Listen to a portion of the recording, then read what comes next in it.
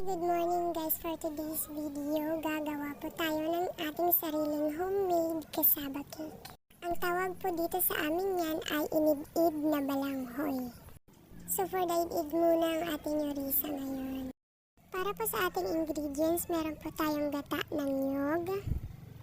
Meron din po tayong evaporated milk, condensed milk at 2 pirasong itlog.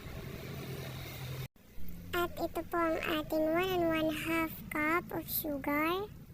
At syempre po ang ating inid-id na balanghoy. By the way guys, napiga na po yan. Ang ating pong next step is pagaluin ang lahat ng mga ingredients. So inuna ko na po ang ating inid-id na balanghoy. Sorry guys, may nakita po akong itim, so tinanggal ko po ito. So, inayos ko lang po for the halo muna. Kasi medyo nandikit-dikit po sila dahil po sa pagpiga ko ng ating inid-id. So, yan na nga po. Nilagay ko na po ang ating condensed milk at ang evaporated milk. Sinimot ko lang po kasi sayang ang ating condensed. For the simot-simot muna. So yun na nga, pagkatapos ay inayos ko lang ang ating inid-id para po ma-absorb na niya ang ating gatas na inilagay. So ayun, inayos-ayos ko lang. Ginamitan ko siya ng wire whisk para madali haluin. So guys, share ko lang ha, yung ginamit ko po palang balanghoy ay 2 kilos para po sa ating homemade cassava cake. So ayun na nga, nilagay ko na ang ating gata. Again, for the halo na naman ang ating yung marisa. So guys, baka nagtatanong kayo kung ilang cups ng gata ng nyog ang nilagay ko. Basta naglagay lang ako ng 1 cup na tubig. Tinansya ko lang. Siguro naging 2 cup na yun kasi lumabas na yung katas ng nyog. So ayun na nga, nilagay ko ng itlog pagkatapos ng gata. So inalo ko ulit. So ang kagandahan naman ng itlog ay nararagdagan ang kulay ng ating ginagawang cassava cake.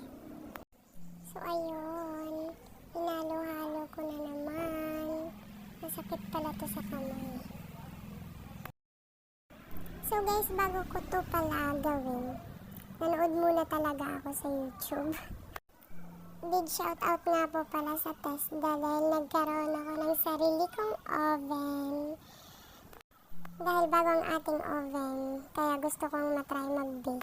So salamat again, Tesda! So, yan na nga po. Naglagay na ako ng sugar. 1 cup of sugar lang sana yung gagamitin ko. Kaso parang di pa siya matamis. So, kaya dinagdagan ko pa siya ng 1/2 cup of sugar. Another halo-halo na naman ang ating yung marisa.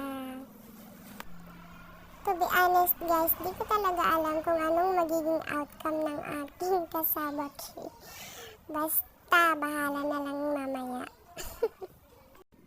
Disclaimer lang po guys, hindi po talaga ako professional sa pagbibake. So, story ko lang habang naghahalo ako.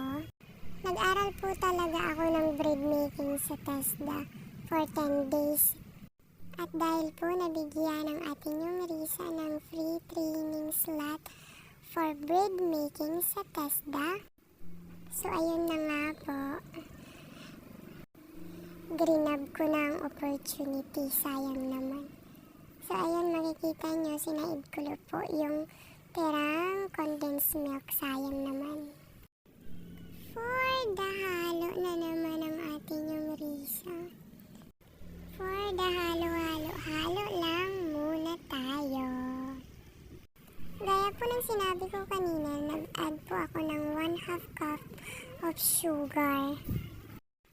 For additional tamis lang po kasi medyo matabang yung una. Guys, habang hinahalo-halo ko pala ito, nagpainit nga pala ako ng 1/3 cup ng margarine. Nakita ko lang naman sa YouTube na may butter. So, mahal po yung butter. So, margarine na lang po yung nilagay natin for today's video. So, ano nga nilagay ko ng ating margarine? Oops, meron pong dumi. So, tinanggal ko lang.